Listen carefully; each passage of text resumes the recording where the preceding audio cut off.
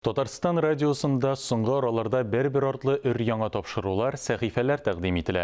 Шушы көннәрдә яшь галимнәр, аспирантлар һәм фән белән кызыксынучылар турында тапшырулар тезмәсе башланып китте. Фән дөньясы белән кем таныштырып бара? Беренче кунак нинди ачылышлары белән уртаклашкан? Әлеге сорауларга хәбәрчебез Мөршидә Җиһан җавап бирер. Эшлисе килгән әмәлен, эшлисе килмәгән сәбәбен табам. Казан ул фәнни үзәк дип әйтәбез. Шушында эшләүче аспирантларыбыз, магистрларыбыз, фән белән кызыксынучы яшьләребез бар. Нигә әле безгә шуларны күрсәтмәскә?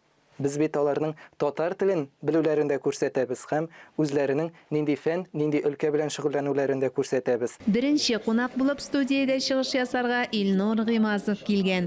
Аны физик ачышлар кызыксындыра. Шунысын да искәртеп үтик. Радио уйлап табучылар Попов, Маркони, Тесла барысы да физика галимнәре. Мин үзем шәхсән гадәттән тыш үткәрүчәнлек белән шөгыльләнәм. Ул менә махсус материаллар, алар шул инде менә медицинада, фәндә шөгыль кулланылалар. Медицина аерым алып карасак, менә шул томография бүгенге көндә ул бик күп кешегә мәгълүм булды бит инде. Фәнне алып карасак, ул менә квантовый компьютер, или квант компьютер дип атыйбыз инде без аны. Тумышы белән Илнур Актаныш районыннан. Димәк, институтка да татар мәктәбен тәмамлап кергән. Әмма татар телендә белем алу институтны кызыл дипломга тәмамларга комачауламаган. Соңгы арада халык арасында шундый стереотип яшәп килә. Татар телен белү хәзер инде безнең белем алуга, алга таба үсешне комачаулый икән дигән сүзләр дә ишетелә башлады.